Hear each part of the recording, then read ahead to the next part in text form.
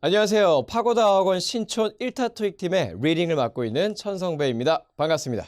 자, 이번 달도 어김없이 이렇게 특강을 또 준비해서 왔고요. 자, 제가 준비한 특강은요, 이렇게 그냥 편하게 챙겨보시기보다는 저희 파고다 홈페이지로 가셔서 토익 학습센터로 가셔서요, 거기에 있는 제가 준비한 문제팩이 있어요. 그 문제팩부터 먼저 풀어보시고 리뷰한다는 생각으로 영상을 챙겨보시면 보다 효율적인 대비하실 수 있을 겁니다. 자, 그럼 저는요, 여러분이 그 문제팩을 다운받아서 푸셨다고 가정을 하고 지금부터 준비한 포인트들 설명 붙여드리도록 하겠습니다. 자, 먼저 준비한 Part 5 문제들부터 좀 먼저 보시겠습니다. 자, 제가 먼저 첫 번째로 준비한 문제는요.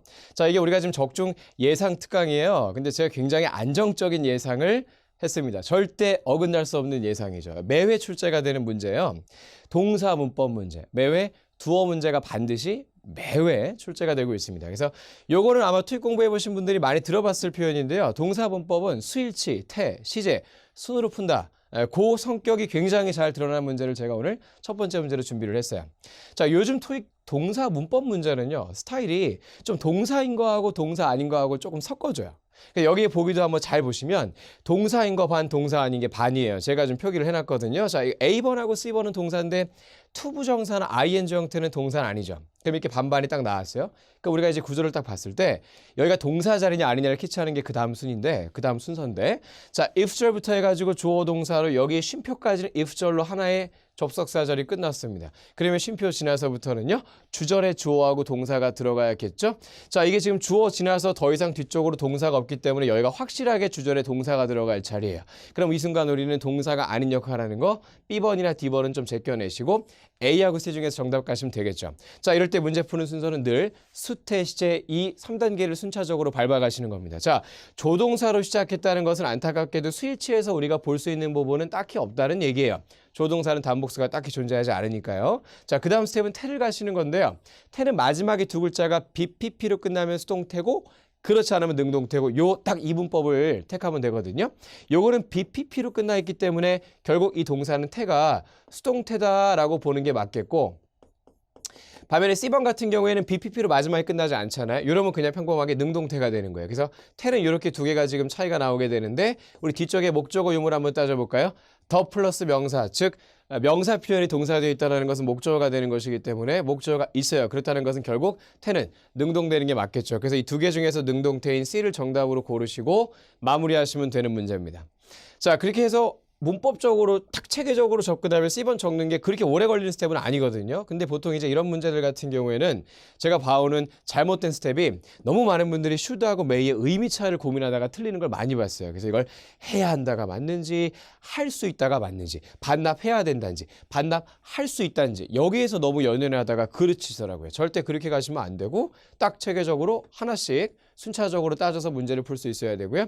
지금 보여드렸다시피 태까지 가서 끝나는 문제가 토익 Part 5에서는 압도적으로 많다는 거, 시제까지 가는 문제는 오히려 좀 드물다는 거, Part 5는 그래요. 그래서 그걸 또 출제 포인트로서 오늘 이렇게 1번 문제 통해서 전달을 해드렸습니다. 자, 다음 문제 이어서 한번 가볼게요. 두 번째로 준비한 문제는요, 구문 문제입니다. 구문 문제. 이게 사실은 좀 잘 나오는 토익 문제이긴 한데 안 나온 지가 오래돼서 제가 의도적으로 좀 노리고 이번 회차는 이게 나올 타이밍이 됐다 해서 갖고 온 건데요. 자, 이런 거 우리가 아마 학창시절 때부터 공부 많이 했을 구문이에요. 이거 많이 들어보셨죠? so 다음에 형용사나 부사 중에 한 단어가 오고 그 다음에 대시 이어지는 구문 표현인데, 이게 이제 해석을 할 때 매우 뭐뭐해서 뭐뭐 하다라고 이 전체 구문을 연결해서 해석을 잡거든요.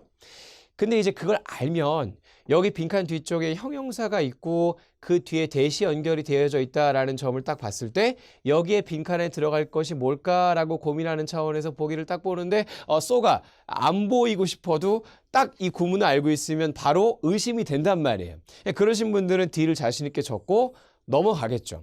그런데 이 구문이 머릿속에 안 들어와 있거나 문제를 풀 때 보이지 않으면 여기에 지금 집어넣을 것을 이 네 개를 막 해석적으로 접근하잖아요. 그러면 very도 매우고, to 너무, so도 매우야. 그래서 매우 복잡하다, 너무 복잡하다, 매우 복잡하다 막 이렇게 돼버리니까 뭐 A 정도는 조금 어색하겠지만 B, C, D 갔다가 고민하다가 틀리고 이럴 수 있거든요. 그래서 토익은 구문식의 문제도 많이 내는데 제가 이번 달에 개인적으로 생각을 하고 있는 구문은 요 구문이다. so, 형부, that. 그래서 요거 반드시 인지를 하시고 요게 또 거꾸로 이 부분에 so를 줘버리고 여기를 또 빈칸으로 내가지고 대시냐, what이냐, whether냐 뭐 이런 식의 문제를 또 낼 때가 있어요. 그러면 so를 여기 주고요. 여기를 빈칸으로 내겠죠. 그런 경우에도 마찬가지로 여기 빈칸 나온 거니까 뭐 이 구문적으로 딱 보시고 대 집어낼 수 있어야겠죠. 그렇게 생각을 해보자고요. 그래서 구문 문제 하나 준비를 했다는 거. 자, 그럼 다음 준비한 문제로 이어가겠습니다. 자, 3번 문제는요. 어휘 문제를 준비를 했는데 이 아마 문제팩을 미리 풀어보신 분들은 공감을 하실 거예요. 이게 A번이 굉장히 만만치 않은 함정입니다. 보통 A번을 많이 낚이게끔 세팅하게 되는 문제인데요. 자, 이게 어휘 문제니까 해석을 보통 한단 말이에요. 자, 그랬을 때 볼게요. 성공적인 후보자들은 받을 것입니다. 이러한 급여죠. salary, 급여를요. 연봉을요. 그리고 최고의 복리후생제도죠. benefits package. 그래서 최고의 복리후생제도 중에 하나. 이 업계 내에서 그 다음에 이런 급여를 받게 될 것입니다. 라는 겁니다. 그래서 A번을 딱 넣는 순간 이거 느낌이 좋단 말이에요. 왜냐하면 만족스러운 급여를 받게 될 것이다. 우리나라 말로 하면 만족스러운 급여 받게 될 것이다. 나쁠 게 없단 말이죠. 그래서 A의 말이 낚이시는데 정답은 위에 적혀져 있는 요 단어입니다. 네, comparative가 정답이었던 문제인데요. 왜 A가 그럼 아니냐를 좀 얘기를 할게요. 사실 B가 왜 정답이냐보다도 이 문제는 왜 A가 아니냐에 좀 더 포커스가 있는 문제예요. 자, 이게 A는 뭐냐면 감정 분사입니다. 그러니까 보통 우리가 이제 ed나 ing로 끝나가지고 형용사가 되는 거 분사라고 하잖아요. 근데 그 구성이 감정 동사에서 파생된 분사는 감정 분사라고 해요. 그러니까 뭐냐면 satisfy, y로 끝나는, fy로 끝나는 satisfy가 만족시키다라는 동사예요. 그게 이제 감정을 뜻하고 있는 동사이기 때문에 감정 동사라고 하는데 거기서 ed가 붙어서 분사가 됐어. 그럼 뭐냐는 거야. 감정 분사라고 한다고요. 어렵지 않죠? 근데 이 감정 분사는요, PP형일 때, 즉 ed로 끝나는 PP형일 때는요, 반드시 사람만 수식한다는 특징이 있어요. 그러니까 제가 만약에 만족스러웠어. 내가 만약에 어떤 뭐 책을 읽게 돼서 굉장히 만족스러웠던 거야. 그걸 얘기할 때 I was satisfied라고 할 수 있어요. 근데 그 책을 주어로 얘기해 볼게요. 이 책이 되게 만족스러웠다라고 할 때 the book was satisfied라고 할 수 있어요, 없어요? 그 책은 만족스러웠다. 그게 안 된다는 얘기예요. 사람만 수식을 해야 된다는 거죠. 그래서 여기서 satisfied가 들어가게 되면 salary라는 급여, 연봉 요걸 수식하게 되는데 이게 사람을 뜻하는 명사는 아니기 때문에 이 조합이 맞지가 않습니다. 그런 함정이 A번에 있었다는 얘기예요. 그래서 그냥 국어적인 해석만 따져가지고 괜찮나 이렇게 싶었으면 안 되고요. 문법적인 포인트 잡아서 아니다 싶었어야 됩니다. 자, 그 다음 거 한번 정리해 볼게요. 얘가 정답이었잖아요. comparative 쪽으로 갑니다. 얘가 이제 경쟁력이 있는이나 뒤지지 않는이라는 뜻의 형용사인데요. 그게 딱 들어가면 이 복리후생제도도 베스트한 걸 받게 될 것이며 급여도 뭐야? 뒤지지 않는 경쟁력 있는 급여도 받게 될 것이다. 해석 너무 좋았어요. 그래서 얘는 뭐 결국 정답이 됐던 애고요. 자, C번 해볼게요. preventable은요. 이런 뜻입니다. 막을 수 있는, 예방할 수 있는. 그래서 이게 좀 느낌을 잘 잡으셔야 돼요. 이게 어떤 거냐면 내가 막고 싶거나 예방하고 싶은 것을 갖다가 뒤에 명사를 딱 받아주게 되는 형용사예요. 즉 예를 들면 이런 거죠. preventable, 자, 바이러스 있죠. 바이러스라는 게 나쁜 거잖아. 막아야 되는 거잖아. 그런 거. 아니면 질병, preventable disease 이런 게 들어갑니다. 그래서 막고 싶은 것을 갖다가 뒤에 딱 받아주면서 막을 수 있는, 예방할 수 있는 무언가 이렇게 연결할 때 쓰는 형용사죠. 그래서 여기서 자기니 급여 이런 걸 갖다가 preventable이라고 연결하기에는 너무 해석이 맞지 않았어요. 자, D번으로 한번 또 가볼게요. 얘는 이제 경험이 풍부한이죠. 그래서 이런 이제 추상명사 수식하기에는 너무 어색하고 사람을 보통 수식하게 되죠. 그런 점에서 또 역시 맞지 않았네요. 그래서 4개 중에 정답이 될 만한 것은 이제 B밖에 없구나 이렇게 처리하시고 넘어가면 되는 문제였어요. 자, 근데 제가 요거는요. 이 comparative에 대해서 또 다른 유형도 하나 좀 보여드릴까 해요. 어떤 유형이냐 하면 이런 식인데 자, 다른 문제 쪽으로 응용 문제 한번 가겠습니다. 자, 이게 지금 똑같아요. 이 구성 똑같고요. 문장 구성. 근데 뭐가 다르냐면 보기 구성이 다르거든요. 아까랑 한번 대조해서 보시겠어요? 아까는 이제 어휘 문제였어요. 근데 이번엔 뭐죠? 품사 문제로 나온 케이스입니다. 자, 근데 이럴 때 두 개를 헷갈리게 된다고 볼 수 있어요. 여기 빈칸이 형용사로서 이러한 급여를 만들어주는 자리인데 이 4개 중에서 형용사가 2개가 있습니다. A번하고 B번하고요. 그래서 이 B번도 보통 이렇게 형용사 자리에서 냈을 때 comparative랑 헷갈리게 내는 장치로 많이 활용을 해요. 자, 그럼 요걸 갖다가 해석차를 한번 볼까요? comparative는 위에 아까 적었던 뜻 그대로고 competent라는 형용사는 유능한 능력 있는입니다. 그러면 이 급여를 갖다가 해석을 하기에는 어떤 게 맞겠어요? 유능한 급여, 능력 있는 급여 아니겠죠. 이게 보통 사람과 어울릴 만한 해석이죠. 그래서 이렇게 나와도 정답은 그대로 A번이 된다는 거죠. 그러니까 제가 이 문제는 하나 더 이렇게 가져갔으면 좋겠다라고 해서 이걸 준비한 건데 이 comparative는 competent라는 형용사랑도 versus 구도를 묻는 경우로 이렇게 출제가 되기도 하니까 이 두 가지의 의미 차이 확실하게 각인하시고요. 자, 다음 준비한 문제로 또 넘어가겠습니다. 자, 4번 문제 해보죠. 여러분 요게 제가 방금 competitive 대 competent한 거랑 조금 비슷한 성격이에요. 어떤 부분에서 비슷하냐? 여기 지금 비동사 지나서 알죠? 이게 주어가 entrepreneurs가 주어고요. with부터 해서 enough resources까지가 수식이고요. are가 동사로 들어가서 자 비동사 뒤에는 보호 자리로서 동격 성립이 되지 않는 한은 형용사 자리가 되는 거잖아요. 그걸 일단 생각을 하시고 형용사 고를 생각으로 딱 접근을 하는데 얘하고 이 두 개가 형용사 역할이 나옵니다. C번과 D번은요. 부사와 명사이기 때문에 여기서 해당 사항이 없는 품사가 되는 거죠. 자, 형용사가 두 개예요. 그래서 이게 딱 두 개를 갖다 해석 차이 보지 못하면 이런 데서 헤맬 수밖에 없는 겁니다. 해석 차이가 어떤지 자 이런 필기 부분 가리고 해석 부분 한번 보도록 할게요. 자, 해석은 이렇게 차이가 납니다. confident는 확신에 찬 자신감이 있는 이고 confidential은 기밀의 비밀이에요. 그럼 여기서 지금 해석을 딱 잡아보니까 이 충분한 자원을 가지고 있는 사업가들은 이러하다. 그들의 능력에 있어서 비즈니스적인 아이디어를 런칭하는 능력에 있어서 확신에 차다 자신감이 있다. 요거는 괜찮은데 이런 능력에 있어서 기밀이다 비밀이다 라고 하면 해석에 어울리는 건 아니죠. 오히려 만약에 뒤에 여러분 다큐멘트가 있다라고 할 때 문제가 나왔다고 생각해 볼게요. 이러면 정답이 뭐겠어요? 확신에 찬 문서겠어요? 기밀 문서겠어요. 이건 오히려 정답이 기밀이 되는 게 맞겠죠. 이거라면 이게 정답일 거야. 근데 지금의 경우에서는 해석이 맞는 것은 사업가들이 자신감이 있다, 확신에 차 있다라는 이 A번 해석에서 맞는 거기 때문에 요거는 정답이 A였어요. 이렇게 나온다면 정답이 B가 되는 거겠지만 그러니까 늘 해석에 따라서 정답을 뭘로 갈 수 있냐를 두 개의 해석 차이를 대조해서 보는 요 시야. 요게 필요하다. 그게 제가 여기서 준비한 4번 문제 포인트였습니다. 다음 문제 또 갈게요. 자, 5번 문제. 보시죠. 자, 얘가 또 역시 토익에서 굉장히 잘 나오는 유형인데 보기를 의문사하고 대명사하고 좀 섞어서 내주는 거예요. 제가 지금은 딱 2대2로 구성을 했는데 3대1이 될 경우도 많습니다. 자, 어떤 식인지 한번 볼게요. 이게 일단 이렇게 문제가 나오면 의문사 역할하는 것 때 대명사 역할하는 것을 딱 갈라보셔야 돼요. 의문사 역할하는 건 요 중에서 얘하고 얘죠. 이 B하고 C는 대명사예요. 결정적인 차이가 뭐냐? 의문사 계열은요. 평서문에 들어갔다 하면 반드시 동사의 개수를 늘립니다. 자, 여기다 쓸까요? 의문사는요. 반드시 동사의 개수를 늘려가면서 문장을 이어가야 돼요. 반면에 대명사가 들어간다고 해서 그에 상응해서 동사의 개수가 늘어나는 것은 아니다. 자, 이 차이를 잘 보시고 동사의 개수를 한번 캐치를 해볼게요. 자, 먼저 이 5번 문장을 시작해서 컴마 끊어지는 부분까지 봤을 때 자, 이 지역 파이낸스 보드 위원회가 voted라고 해서 어제 투표했다라는 동사가 여기 하나가 있습니다. 그 다음에 컴마 지나서 보니까 will be used로 사용될 것이다라는 또 동사가 이어지고 있어요. 그럼 동사가 두 개죠.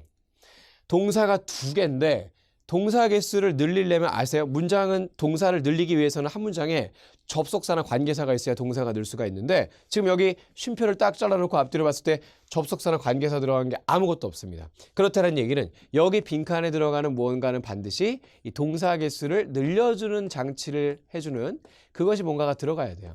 그럼 이 보기 4개를 봤을 때 동사 개수 늘려주려면 의문사 들어갑니까? 대명사 들어갑니까? 네? 그게 의문사죠. 그래서 대명사 역할하는 요 두 개는 빨리 제껴내시고 whom이나 which로만 결판을 내셔야 돼요. 자, 근데 요 두 개를 딱 추린 이상은 이제 아마 아실 겁니다. 여러분, whom은 반드시 뭘 지칭하죠? 사람을 지칭하고요.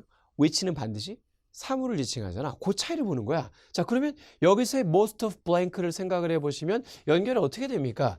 이 기금, 펀딩을 갖다가 승인하기 위해서 투표를 했다.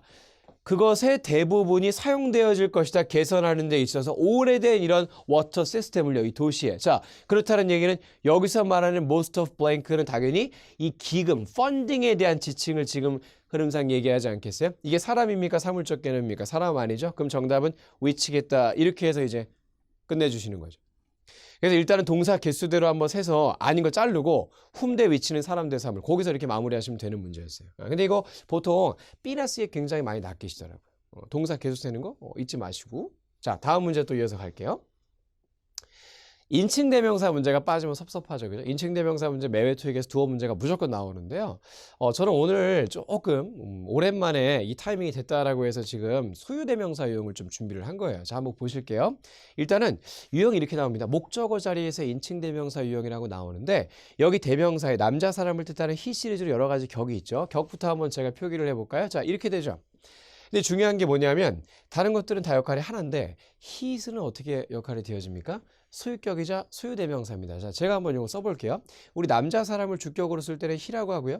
소유격으로 갈 때는 his라고 하죠. 그 다음 목적격으로 갈 때는 him이라고 합니다. 자, 그 다음에 소유대명사 형태가 인칭대명사마다 있는 거 아시죠? 그러니까 그의 것, 나의 것, 우리의 것, 그들의 것 이렇게 말하는 거 있잖아. 근데 그의 것이라고 얘기하는 소유대명사 형태는 어떻게 돼요? his가 됩니다. 그리고 제기대명사는 himself가 돼서 이 5가지 형태가 있단 말이죠. 자, 주목하셔야 될 것은요. 그의라는 소유격과 그의 것이라는 his는 똑같은 스펠링입니다. 그러므로 이 his라는 보기를 토익에서 봤을 때는요. 2가지의 가능성에 대해서 고민을 하셔야지 너무 소유격으로만 보고 풀면 이런 문제 정답을 못 가져간단 말이에요. 자, 그러면 여기가 주절에 즉 여기 쉼표까지 끝나고 but이라는 접속사 들어가기 시작해서 주절이 들어갔고요. 이 주절에 주어 동사 지나서 목적어 자리임을 일단 캐치를 하셔야겠어요.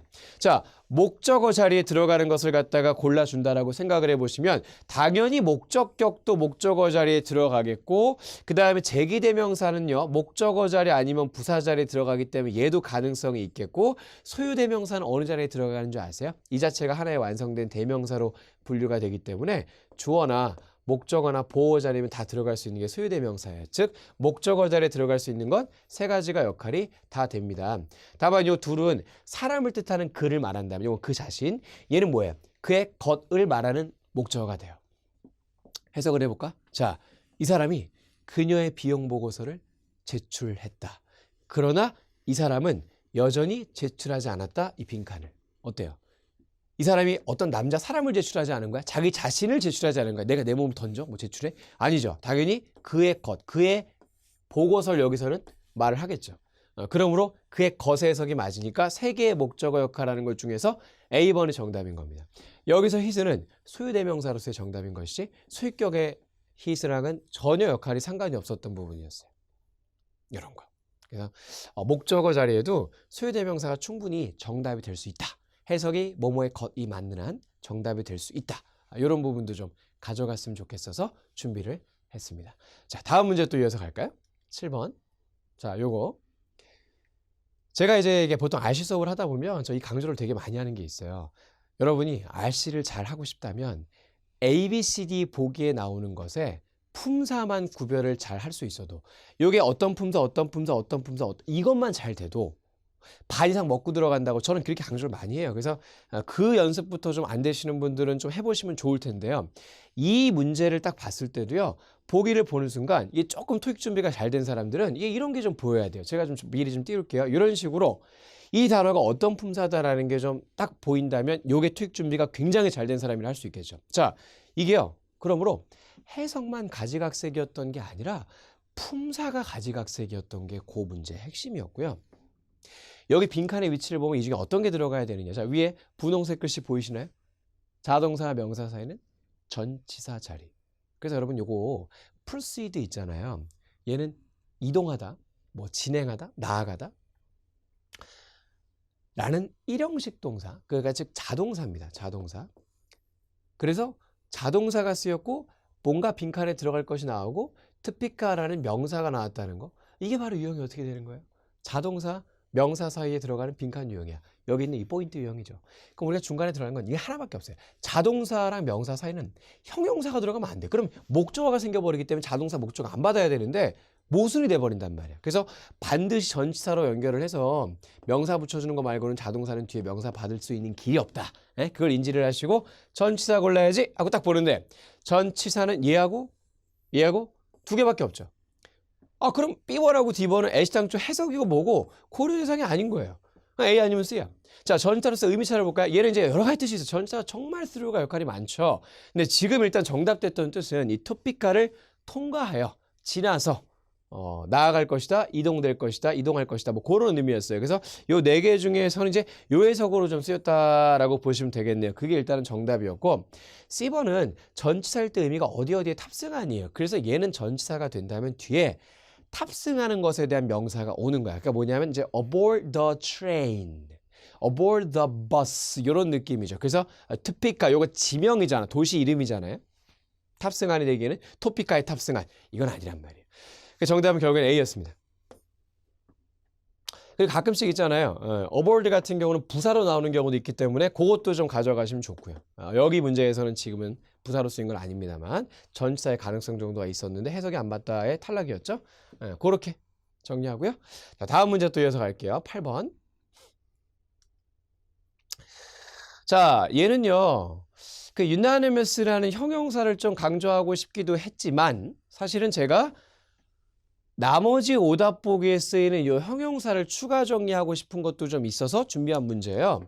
자, 일단 정답인 만장일치에부터 한번 볼게요. 이거 되게 토익에서 많이 나오죠. unanimous라는 형용사 만장일치입니다. 그래서 만장일치의 동의 그렇게 해석이 만들어진 문제가 이 8번 문제인데요.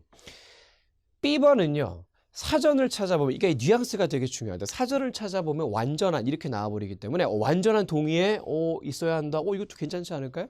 막 이래버려요. 한국어로 생각하면 완전한 동의, 동의 완전하게 해야 되잖아. 막 이래버리는데 절대 맞지 않는 게 이거는 강조의 느낌이라서 사실은 사전에서 완전한이라고 쓰여 있긴 하지만 해석이 되는 느낌은 완전한은 아닌 단어예요. 그러니까 이런 거 한번 제가 예시 삼아서 갖고 왔는데 자, utter confusion이라는 표현이 많이 쓰인다면 utter confusion은 완전한 혼란 이렇게 번역하기보다는 대혼란, 어마어마한 엄청난 혼란 이런 느낌이고 자, utter confidence는 완전한 확신, 뭐 자신감 이런 건데 좀 더 구체적인 느낌은 뭐예요? 자신감이 가득 차 있다. 강조지, 강조. 아주 자신감이 풍만하다. 이런 정도의 느낌이 되는 거죠. 그래서 완전한이라는 국어적 해석에 너무 연연할 게 아니라 이 느낌을 좀 보셔야 돼. 강조를 할 때 쓰는 표현이고요.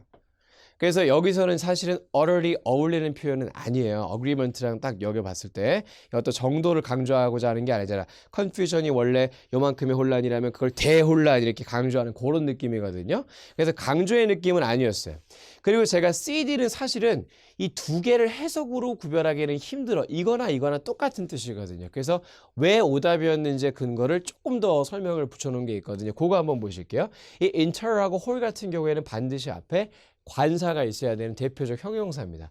그래서 얘는요, 해석도 물론 해석이지만 앞에 더가 없다는 점이 결정적 이유인 거죠. 사실은 그래요. 그래서 the entire이나 whole 이런 게 붙지 않으면 절대로 쓸 수 없는 형용사다. 근데 이거 말고도 뭐 same이나 only나 single이 있는데 여러분이 뭐 이런 대사 같은 거 영화 같은 데 보다가도 많이 들어보셨을 거예요. 야, 그거나 그거나 똑같다라고 얘기할 때 들어보세요. It's same이라고 하지 않습니다. It's the same이라고 하거든요. the 항상 same 앞에 더 붙는다는 거. 이런 데서도 좀 뭐 많이 들어본 것도 좀 연상을 하시면서 생각해 보시면 좀 더 기억이 날 거예요. 이 정도 굉장히 중요하니까 반드시 앞에 관사 있어야 되는 거. 잘 잡아두시고요. 그래서 오답을 오히려 좀 BCD를 정리하기 위함이었다고 이 문제는 좀 봐주시면 좋겠네요. 뭐 A도 물론 중요하지만 저의 의도는 BCD 정리하는 데 조금 더 가 있었다. 이렇게 보도록 하고요. 자, 다음 문제 또 이어서 갈게요. 자, 9번 문제. 요거는 이제 부정대명사의 단복수 유형인데요. 여기까지는 혹시 괜찮을까요? 자, 지금 쭉 가다가 이 팀 매니저가 자, 확실하게 했어야 했다. 대절을요. 여기 대절이 지금 make sure 뒤에 명사절이기 때문에 이 대절 안에는 문장 구성이 완벽해야 되거든요. 그럼 이 수식을 딱 걷고봤을 때 대절 이하에 동사 received가 있고 basic computer training의 목적어가 있어서 여기는 이제 전체의 대절의 주어 자리가 된 케이스입니다. 그럼 주어 자리에 들어갈 것이 뭔지를 생각을 해보자. 자, every는요. 이게 중요한 게, 자, 이 볼게요. 여러분, 주어 자리는 품사가 당연히 명사가 들어갈 자리죠. 근데 이 보기 4개가 다 명사가 아니었거든요. 그래서 사실 따지고 보면 명사 자리가 나왔다는 점부터가 오답 소구해야 되는 것들이 있었다는 게 이 문제의 핵심이었어요. A번 every는요. 형용사 역할밖에 안 합니다. 명사 역할 못해요. 그러니까 여기 지금 우리 명사대라고 했잖아. 얘는 무조건 소구했던 거야. A번은 볼 것도 없었다는 거야. 그 다음 B번 either 해볼게. 얘는 사실은 명사 역할을 하기는 하는데 뒤에 of 뒤에 취해지는 이 명사가 항상 가산복수 명사라는 특징이 있어. 그러니까 요거를 사실 놓고 봤을 때는 나쁘지 않거든요. 구조만 놓고 보면 말이죠. 자, 근데 요게 해석적으로 중요한 건 뭔지 아시죠? either는 해석이 뭐예요? 둘이 있을 때 둘 중 아무거나 하나라는 게 그 해석이에요. 근데 여기 지금 직원들이 딱 둘인데 둘 중 아무 한 직원. 요런 해석인가요? 직원들이 딱 2명이야? 이런 맥락이 어딘가 있어요? 없죠. 그러니까 구조는 좋은데요. 해석이 살짝 어색한 느낌이에요. 그래서 이 두 개도 아직 정답이 되기에는 좀 미흡하죠. 자, C번 한번 가볼게요. 이치는요, 역시 뒤에 of the 가산복수 명사를 받는다는 점에서 똑같이 성립을 해요. 근데 얘는요, 굳이 둘이 있어야 된다는 그런 either처럼 제약은 없기 때문에 복수가 있고 그 복수의 각각을 뜻하는 거야. 그러니까 이 직원들의 각각이 기본 교육을 갖다가 받는다는 점을 확실하게 써야 했다. 이거는 뭐 H는 해석적으로도 나쁠 게 없죠. 그러니까 지금 상황까지 봤을 때는 일단은 C까지는 좋은데 A, B는 안 되고 있다. 자, D번 마무리해 볼까요? much는 무조건 불가산 명사 받기 때문에 가산복수 있다는 건 이 연결을 봤을 때는 성립하지가 않는다. 그래서 정답을 될 수 있었던 것은 C번밖에 없었던 문제겠죠? 그래서 이렇게 of 다음에 명사 올 때 잘려오는 그 단수인지 복수인지도 좀 이렇게 잘 잡아 두시고요. 중요한 게 every는 절대로 명사 역할을 못 합니다. 형용사일 뿐이야. 그래서 every dog, every cat, every book 이렇게 쓰여도 every 명사처럼 I like every 뭐 이런 건 안 돼요. I 명사로 쓴다는 건. 그래서 그런 부분을 좀 강조하고 싶었던 문제고요. 자, 다음 10번 문제로 가볼게요. 자, 10번째 문제는 어휘 문제를 준비했는데요. 뭐 이것도 역시 제가 이 단어를 좀 강조하고 싶어서 갖고 온 것이기도 하지만 오답 정리로 굉장히 중요한 게 좀 준비가 돼 있어요. 한번 보도록 할게요. 자, 일단 여기 있는 것들의 해석입니다. 자, 아마 해석은 많이들 아실 거예요. 그렇죠? 여기 있는 네 부사에 대해서 정말 다 빈출 부사잖아요. 근데 이 괄호하고 지금 굉장히 중요한 문법 포인트가 하나 있죠. very는 절대로 뭘 수식할 수 없다? 동사를 수식할 수 없어요. 근데 이것만 알면은 조금 부족할 수 있으니까 제가 더 준비한 게 있거든요. 자, 동사를 수식할 수 없는 부사를 따져보면은 이런 것들이 사실은 더 있는데 이게 테마가 조금 있어요. 자, 제가 이렇게 좀 묶어볼게요. 여기서 이렇게 세 개 있죠. very하고 so하고 highly 요거 세 개는 사실상 해석이 동의어적인 느낌이다. 매우라고 번역하는 부사 시리즈죠. 자, 그 다음에 이 extremely부터 해서 excessively 그리고 overly까지 이렇게 세 개 또 묶어볼게요. 얘들은 전부 다 느낌이 뭐예요? 지나치게, 과도하게 이런 느낌의 부사예요. 그리고 more는 더라는 해석이고 less는 덜이라는 해석이고 이렇게 되는데 그러니까 저는 이거 강의할 때 이렇게 많이 강조해요. 매우, 극도로, 더 덜. 자, 매우, 극도로, 더 덜. 이렇게 테마를 잡아요. 매우, 극도로, 더 덜은 절대 동사를 수식할 수 없다. 이렇게 얘기합니다. 그래서 여기 지금 딱 빈칸을 보면요. 이 주어하고 동사 사이의 부사 자리고 이 부사 자리에 들어갈 것을 고르는 이 과정에서 동사를 수식하고 있는 이 경우 예측했다란 동사를 수식할 수 있는 이 경우의 부사 어휘가 나왔다는 것은 얘는 바로 제껴 써야 되는 거죠. 얘 말고 이거 다 있으면 뭐든지 간에 지금 탈락이에요. 그러니까 이제 우리나라 말로 하면 뭐 예를 들면 이제 고객들이 덜 불평했다. 되게 좋거든요. 그래서 customers less complain. 되지 않을까요? 막 이래 버리는데 절대 안 되는 조합이야. 마찬가지. 바로 탈락이야, 얘는. 그러면 이제 BCD가 남는데 이것들 가지고는 해석 차이죠. 그럼 이건 쉬워요. 자, 이렇게 했을 때 해석을 잘 보는데 일단 while이라는 게 굉장히 중요한 또 단서였어요. while이 뭐뭐 동안이라는 뜻도 있지만 반면이라는 접속사로도 많이 활용이 되잖아요. 근데 여기 문맥은 반면이었거든요. 해석을 해볼게요. 자, 이 디렉터가 이렇게 예측했다, 추측했다죠. 이번 분기의 수입이 높을 거라고 이렇게 예측을 했지만 이런 식의 번역이죠. 그는 나중에는 보고해 왔다. 대절을 이 전망이 그렇게 좋아 보이지 않는다는 것을 그러니까 이 연결이 반면이라는 이 역접의 연결도 돼 있기도 하고요. 그 다음에 뒤쪽에 나중에는 전망이 그리 좋지 않다고 보고해 왔다. 이런 부분을 생각해 보시면 처음에는 높을 거라고 예측을 했던 반면 했지만 나중에는 전망이 그리 좋지 않음을 보고했다. 이렇게 되는 연결인 initially가 제일 적합하겠죠. 그래서 결국에 이제 BCD를 갖고 해석을 따졌을 때는 C가 맞겠네. 이렇게 처리하면 되는 문제였어요.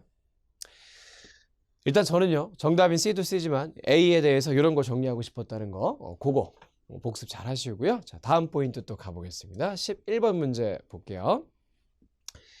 자, 이게 그죠? 이거는 제가 심지어 그 900반 수업을 해도 은근히 틀리시는 분들이 많더라고요. 여러분 이런 거 아시죠? 그죠? 되게 기본적인 거 아니겠어요? There is는 항상 단수명사로 끝이 나야 되고 there are는 항상 복수명사로 끝이 나야 된다. 이 차이인데 여기 지금 봤을 때 there are 다음에 복수명사가 와야 된다로 그런 문제가 출발이 됐어야 돼요. 그래서 보통 be 다음에 빈칸 나오고 마침표로 끝나면 BPP로 뭐 수동 만드는 거 이런 게 연상이 돼서 함정으로 삐번 걸리시고 이러신 분들이 좀 있는데 반드시 복수명사 고를 생각으로 딱 쳐다봤어야 되는 문제고 그렇게 했을 때 유일하게 복수명사는 C밖에 없다로 끝낼 수가 있어야 되는 거죠.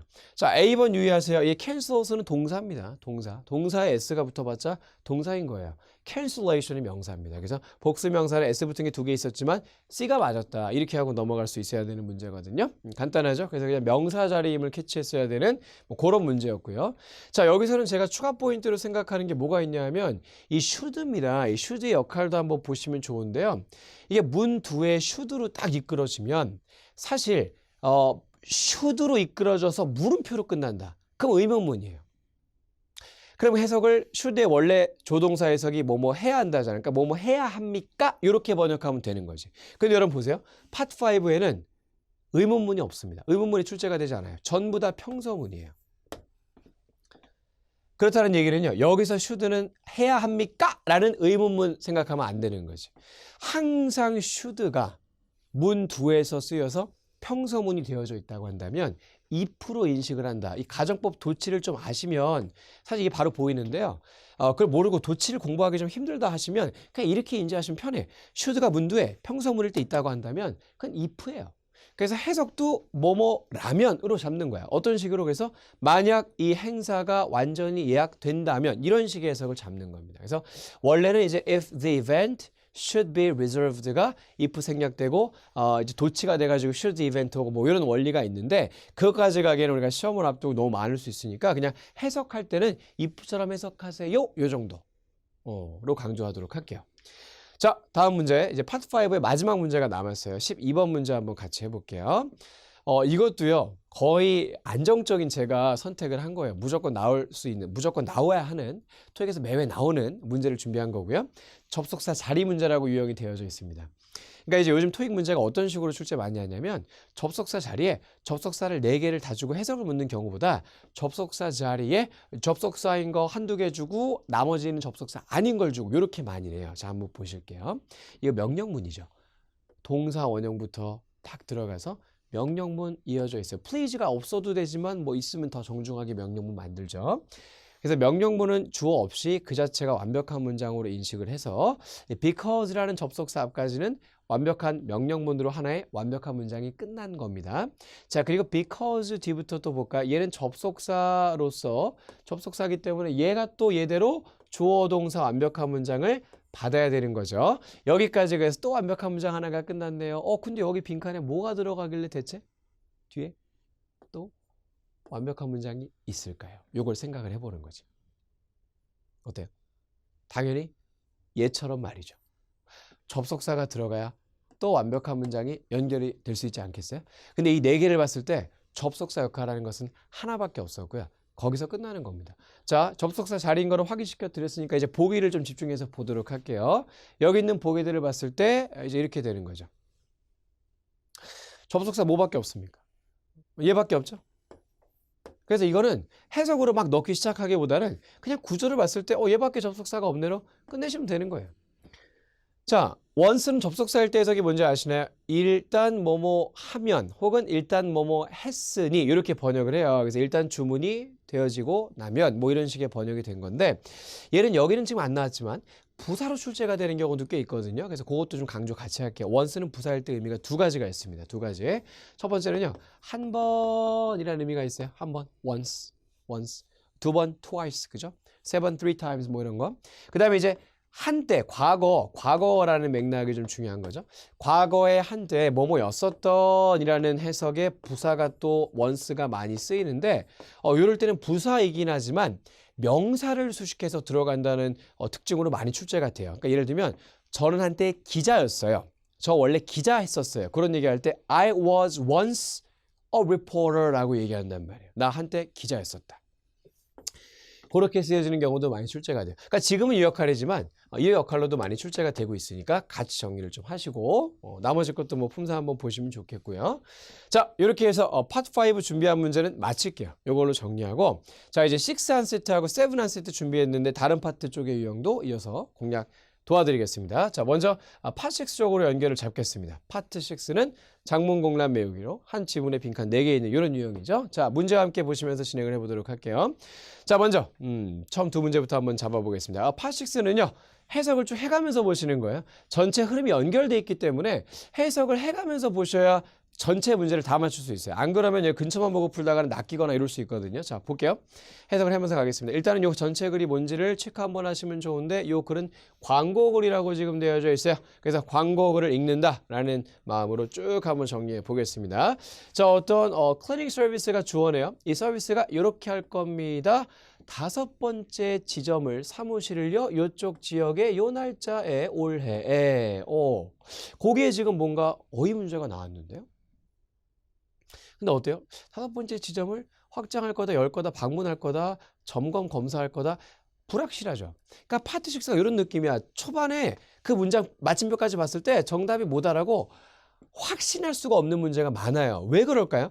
장문 공란 메우기잖아. 이 한 문장이 맥락 끝이 아니거든요. 그러니까 당연히 일부러 의도적으로 출제자가 수험자의 좀 긴 독해 능력을 측정하기 위해서 정답을 바로 제시하지 않게 출제를 하는 경우가 많다는 거죠. 그래서 이것도 여기서 성급하게 풀 생각하시면 거의 찍는 느낌이었을 거고요. 제대로 파식스를 하실 수 있는 분은 여기서 정답 처리하지 않고 일단은 공란으로 놔둔 채 다음 연결을 가고 조금 확실히 선다 싶을 때 돌아가서 푸는 거죠. 이렇게 좀 접근을 하셔야 돼요.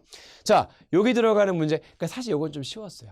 여기 지금 마침표로 문장 하나가 끝났고요. 그러니까 한 문장 앞에 끝났어요. 그리고 빈칸 쉼표로 딱 들어가서 그 뒤에 완벽한 문장이 새로 들어가서 마침표로 딱 끝납니다. 근데 우리 알잖아요. 문장이 있을 때 문장 바로 앞에 한 단어로 쉼표 들어간다는 건 대표적인 부사 자리죠. 그래서 여기 4개의 구성을 봤을 때 부사로 쓰이는 건 ly로 끝나는 a일 거니까 아주 쉬운 문제라고 할 수 있어요. 이건 이제 품사적인 문제였기 때문에. 근데 이제 이 consequently는요. 그 결과란 뜻이죠. 그래서 앞뒤로 인과관계를 이어주거든요. 그래서 얘는 어휘로도 많이 나와요. 그러니까 consequently, 뭐 furthermore, however 뭐 이렇게 해서 부사 어휘로도 많이 나오는데요. 그래서 해석도 반드시 기억을 해주셔야 되는 애예요. 자, 그럼 요거 이제 우리가 처리했으니까 해석을 볼게요. 그 결과 이런 게 들어가는 것이고 이게 흐름이 어떻게 돼요? 그 결과라는 이 부사는요. 그 해석의 성격상 앞뒤를 인과관계를 만든다가 핵심입니다. 그래서 앞에 무언가에 대한 인과관계로 인해서 그 결과 우리가 10명의 경험 있는 경험이 풍부한 클리너들을 지금 구하고 있대요. look for 하고 있답니다. 경영 관리할 팀을요. 15에서 20명으로 구성돼. 그러니까 지금 사람 많이 뽑는 거죠. 아마 규모가 큰가 봐. 그죠? 이런 사람들을 관리하는 10명이나 지금 새롭게 뽑는 거예요. 자, 이렇게 들어왔습니다. 자, 그다음에 임원들이라든지 회사 측에서는요. 저희 팀에게 연락을 취합니다. 클린해 달라고 그들의 사무실을요. 정기적인 단위로. 그러니까 이게 청소 서비스니까 뭐 이런 쪽으로 이제 우리 회사를 많이 찾는다. 뭐 이런 얘기를 하고 있어요. 요 정도 보면 결론이 요것도 좀 나오죠. 아니, 5번째 지점을 어떻게 할 것이길래 이런 사람을 구한다. 10명을 우리가 이번에 뽑는다가 되겠어요? 당연히 이번에 5번째 지점을 내는 거죠. 오픈. 예. 그러니까 지점이 하나가 생기니까 그 지점에서 또 머물면서 근무해야 될 새로운 직원들 뽑아야 되는 거. 규모가 커지는 거니까요. 그래서 이제 오픈이 정답이 된 거고 방문할 것이다, 점검할 것이다 라고 해서 그 결과 인과관계가 되면서 사람 10명 뽑을 겁니다. 구하고 있습니다.가 되지는 못해요.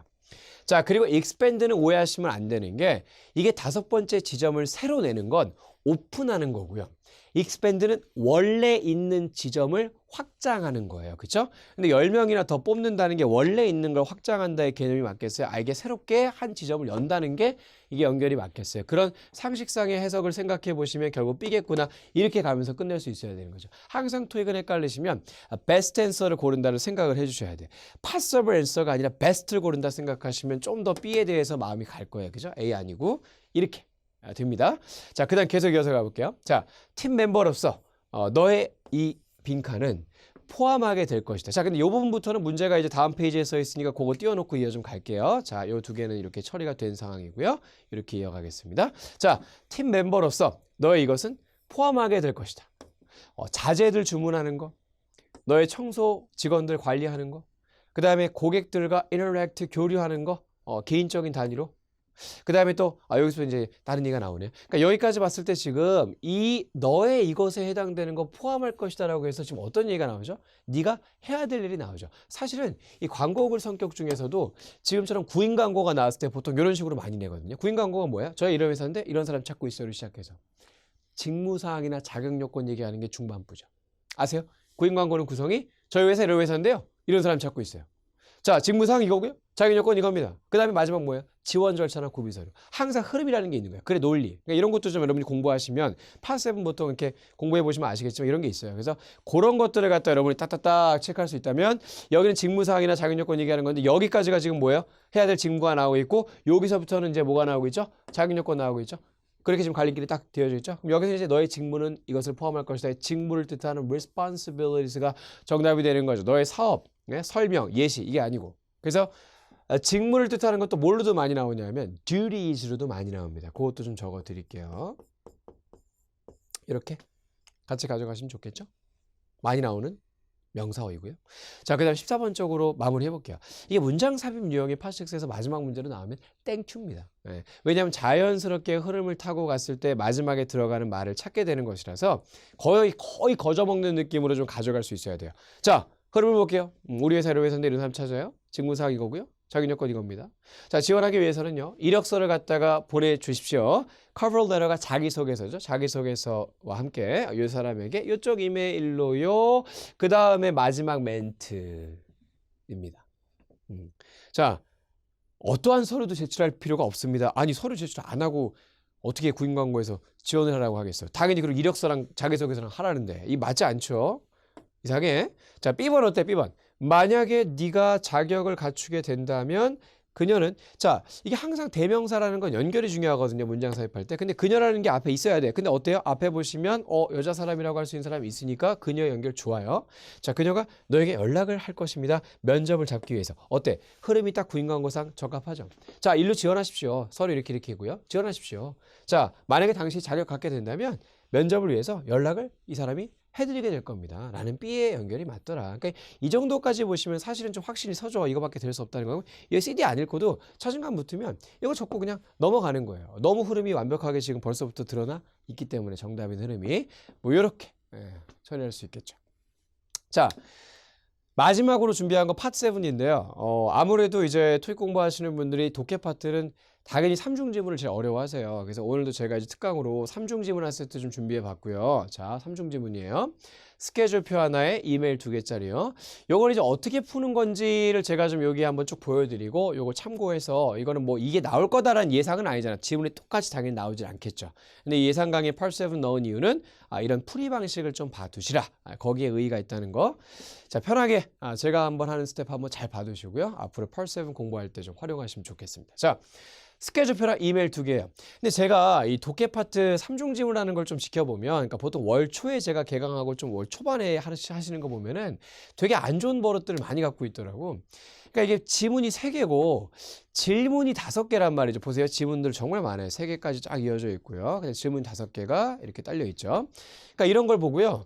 질문부터 먼저 보면서 문제를 어떻게든 풀라고 하시는 분들이 있어요. 그러니까 질문이 무려 5개입니다. 5개의 질문을 미리 이거 무슨 문제, 뭐 키워드 뭐고 탁탁탁탁탁 해놔봤자 5문제를 내가 다 기억하고 있을 수는 없어요. 어차피 문제는 어떻죠? 5문제 미리 한 번 읽어봤자 1개씩 찾으러 가는 겁니다. 그래서 절대 5개 미리 읽으면서 구태여 시간 낭비하지 마세요. 저 이거 정말 비효율적이라고 생각을 해요. 5문제 미리 읽어가지고 유형 파악을 먼저 한다? 의미가 없다는 거. 어차피 문제를 1개씩 푸는 거거든. 그런데 시간과 에너지 쏟지 마시고 사실 그리고 또 난이도에 대한 얘기도 좀 하자면 3중 지문과 2중 지문은 이제 토익이 많이 어려워졌잖아요. 아마 정규 토익을 한 번이라도 실제로 보신 분들은 공감을 하실 텐데 문제를 보고 어딘가로 찾아가기 식으로 연습을 하시면 이게 분명 한계가 있어요. 그렇게 풀었을 때 쉬운 문제는 맞추겠지만 그렇게 절대 안 풀리는 고난도 문제에 대해서는 함정에 걸리거나 헤매신단 말이야. 그 시간 더 써먹고. 그래서 제가 강조하는 제일 바람직한 독해 스텝은요. 이 3중 지문을 갖다가 시작하자마자 문제를 먼저 보는 것이 아니라 지문을 먼저 보는 것이다. 이게 많은 분들이 생각을 바꿔주셔야 돼. 지문을 먼저 보는 것이다. 근데 지문을 어떻게 먼저 보라는 거예요? 지문이 몇 개예요? 3개입니다.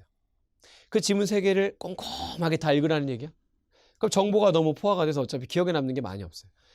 어디까지나 있죠. 대충 그러니까 큰 줄기를 본다, 큰 그림을 본다 이런 느낌으로 가는 거거든요. 그러니까 제가 한번 보여드릴게요. 봐봐요. 일단 스케줄표 하나랑 이메일 2개가 있다로 시작. 스케줄표를 딱 보는 거예요. 다가오는 주말 행사들 뭐 이런 스케줄표고요. 날짜가 딱 있고요. 날짜에 해당되는 행사 2개가 있죠. 몇 시부터 몇 시까지 진행, 어떤 이벤트인지, 스폰서가 뭔지 이 정도. 다음 이게 한 지문에 계속 이어져 갑니다. 같은 지문이에요. 자, 날짜 요 날짜가 있고 요 컨테스트가 있고 또 요 시간 요런 게 있고 또 요 시간 진행 뭐 부연 설명. 이게 스케줄 다 본 거야. 이거를 하나씩 다 읽어봤자 뭐가 몇 시에 하고 뭐가 무슨 행사하고 뭐가 얼마고 이 기억 안 날 거거든. 그러니까 좀 간단하게만 치는 겁니다. 그러니까 에너지도 아끼고 시간도 아끼고 대신에 큰 줄기를 잡는 거죠. 자, 그 다음 지문으로 한번 연결을 잡아볼게요. 우리 이 첫 번째 지문 이렇게 지금 봤고요. 두 번째 지문으로 이어져 가는데 자, 이 두 번째 지문 오는 순간은 뭘 생각하셔야 되냐면 첫 번째 지문과 두 번째 지문은요. 반드시 연결고리가 있어요. 연결고리가 뭔지를 생각하면서 읽으셔야 전체적인 줄기를 잡게 되는 것이고 추후에 나올 연계 질문도 대비할 수 있습니다. 자, 어떤 게 연계가 되는지 혹시 아시겠어요?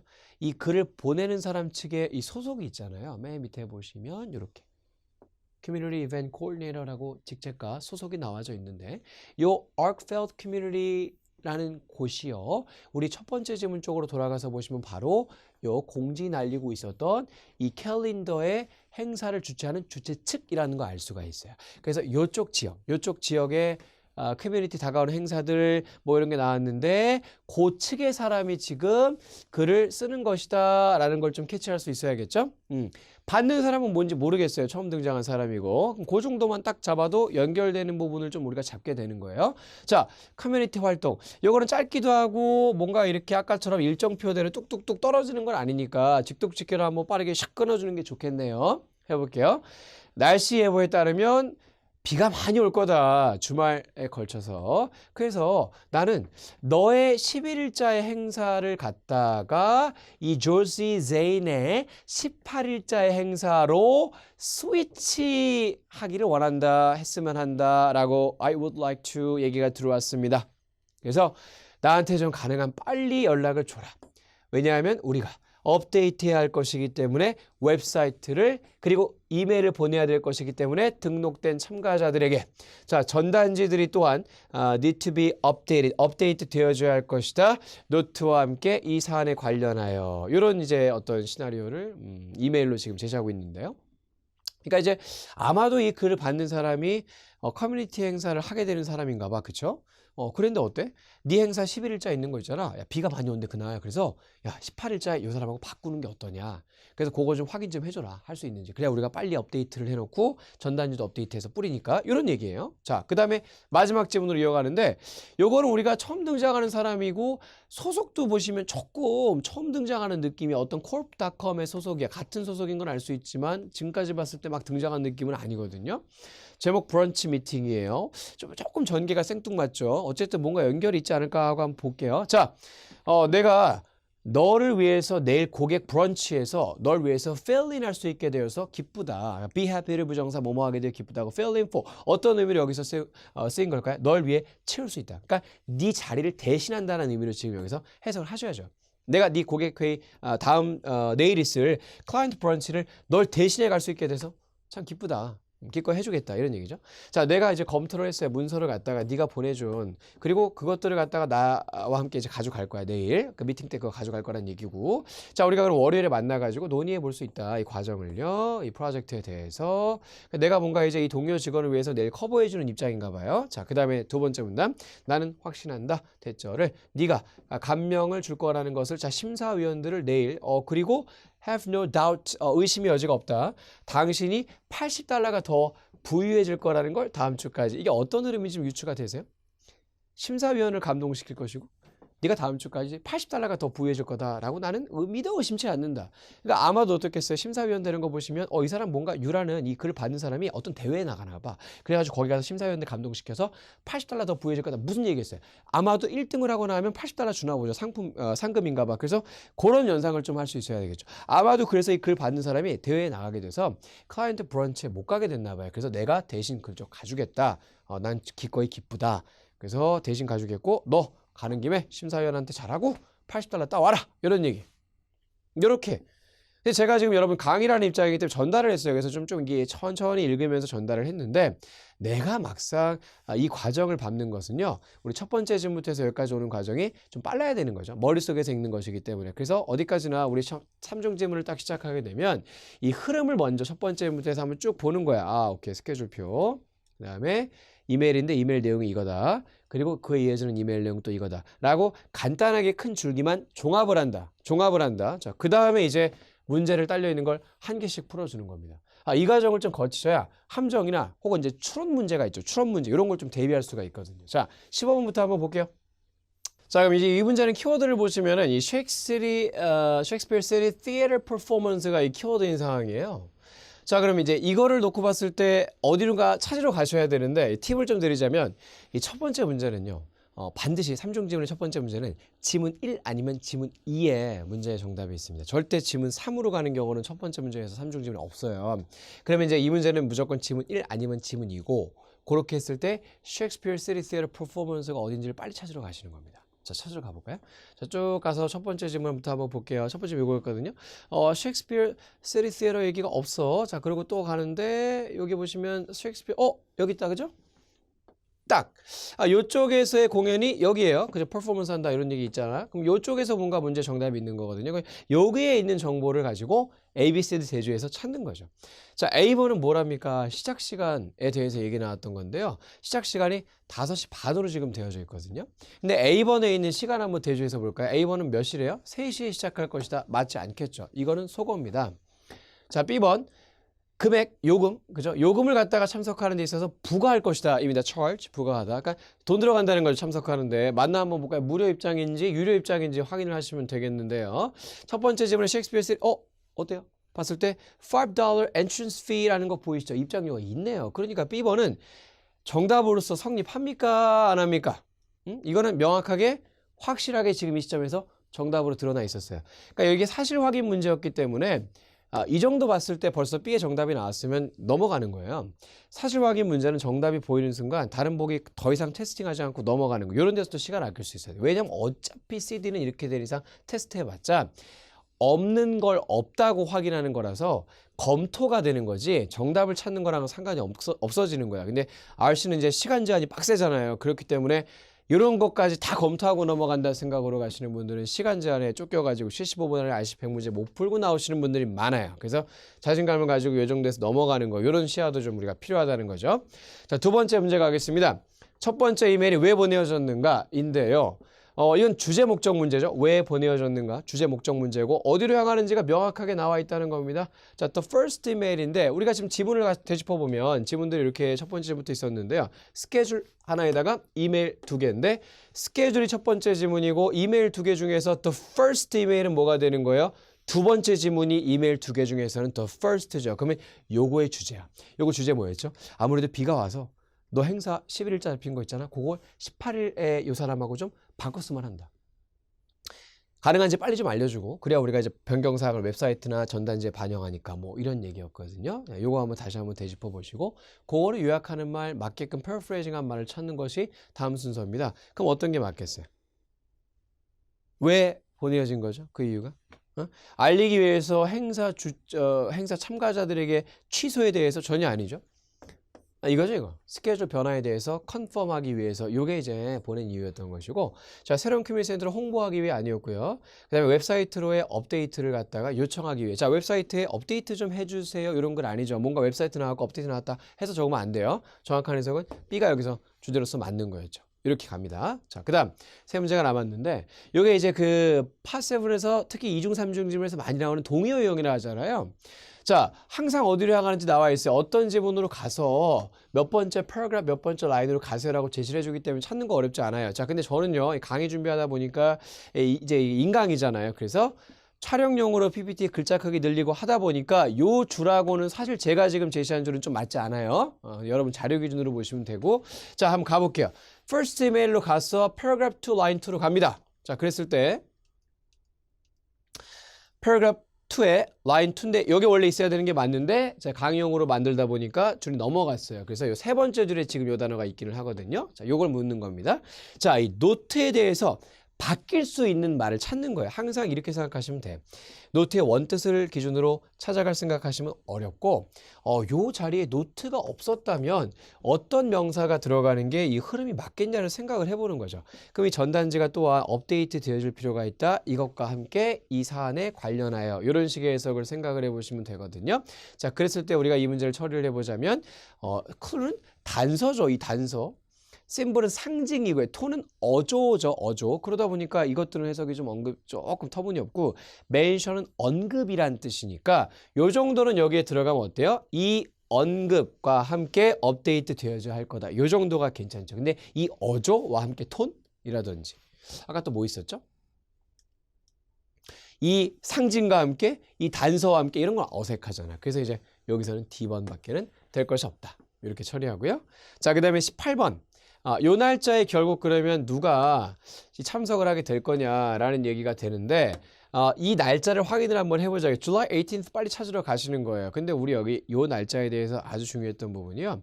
우리 두 번째 질문 기준으로 한번 보시면 이 July 18th 얘기는 여기에 들어가 있는데 원래대로라면 July 18th는 이 제인 씨가 진행할 행사 날짜인 거예요. 근데 지금 상황이 어떻게 되고 있죠? 이날 비가 온다고 11일에 예보가 있어서 그래서 너의 행사, 11일자에 잡힌 너의 행사를 18일자에 잡힌 제인의 행사랑 바꾸는 게 어떻겠느냐. 자, 여기서 말하는 너라는 사람은 뭐야? 그를 받는 미스터 라드가 된 거죠. 그럼 결과적으로 이대로 진행이 되면 미스터 라드랑 이 미스터 제인이랑 여잔가 봐. 그죠? 미스 제인이랑의 행사 날짜가 바뀌게 되겠죠. 그럼 결과적으로 18일에 하게 되는 사람은 누구겠어요? 라드 씨가 되겠죠. 제인 씨는 11일로 가게 될 것이고요. 요거에 따르면. 그래서 그 계산을 좀 하셔서 정답을 찾았어야 되고요. 그래서 정답은 B가 아니라 C였던 겁니다. 이렇게. 자, 그 다음에 이제 19번이죠. 자, 항상 이래요. 우리가 지금 네 번째 문제까지 풀었을 때 세 번째 지문이 전혀 활용되지 않았죠. 네 번째 문제까지 세 번째 지문이 활용이 안 된다면 마지막 문제는 반드시 세 번째 지문에 관련이 있습니다. 그것도 일종의 법칙이에요. 자, 해볼게요. 왜 이 사람이 고객들과 만날 수 없는가입니다. 근데 사실 이거는 아까 읽으면서 많이 유추가 됐어요. 어떤 상황이었죠? 내가 너 브런치, 고객 브런치 대신 가줄게. 너 말이야. 내일 심사위원들 인프레스 잘하고 $80 잘 따와라. 화이팅. 이거였다고. 그래서 이 글을 받는 사람이 더나가 아마도 왜 클라이언트 브런치에 못 가게 되는 거죠? 어떤 심사위원들을 상대로 상금 따야 되는 대회에 나가나 봐 이런 생각이 들 거야. 근데 이거 어떻게 정답으로 바꾼 거죠? 이것만 놓고 부르면 좀 쉬우니까 연계를 낸 거죠. 그래서 이걸 한번 잘 보시면 자, 날짜 보세요. July 10th 기준으로 내일 있을 얘기를 갖다가 하고 있는 겁니다. 그러면 아까 일정표의 날짜가 이게 공교롭게도 어이구 그죠? July 11th로 하루 뒤에 행사가 두 개가 있네요. 여러분 절대 삼중지문, 이중지문에 우연은 없어요. 무조건 날짜가 뭔가 연결이 된다라고 하면 그걸 묻는 거야 문제에서 당연히. 그러면 July 11th에 뭔가 하는 행사에 이 사람이 참여하는 건데 딱 봐도 뭔지 아세요? $80 나오는 거 그죠? $80 in cash 주는 이 행사가 뭐 도자기 만드는 뭐 그런 행사. 거기에 이제 가게 될 거라는 걸 유추할 수 있죠. 그러므로 이 다나 씨는요 여기에 참석하게 될 사람이고 그래서 못 가는 거예요. 그걸 종합을 했을 때 정답이 나왔던 게 바로 이 마지막 19번 문제였죠. 왜 못 가는 거죠? 이 사람이 한 커뮤니티 행사에 참가를 하니까 못 가는 거죠. B번. 이렇게 정답인 문제입니다. 그래서 8-7은요. 이런 문제가 나올 거다 예상이라기보다는 좀 풀이 방식에 대한 이해를 좀 도와드리는 방법으로 제가 특강을 준비했습니다. 자, 그래서 이렇게 해서 제가 준비한 특강은 여기까지이고요. 자, 지금까지 1시간쯤 해가지고 저랑 같이 6월 17일 토익 대비로 같이 호흡을 해보셨는데 자, 이 부분을 갖다가 잘 복습을 하시고 공부 한 번쯤 딱 한 번 복습 한번 잡으시고요. 그 다음에 시험장 가시면 이 영상을 챙겨보신 분들은 6월 17일 대비로 큰 힘이 될 거라는 거 저는 믿어 의심치 않습니다. 자, 그래서 꼭 6월 17일 토익 잘 보셔서 토익 졸업하시기를 저는 진심으로 응원하겠고요. 자, 저는 이렇게 또 매달 토익 특강으로 또 다음 달에 또 다시 인사드리도록 하겠습니다. 자, 저는 지금까지요. 파고다 어학원 신촌 1타 토익팀의 리딩 담당 천성배였습니다. 대단히 수고 많으셨습니다. 감사합니다.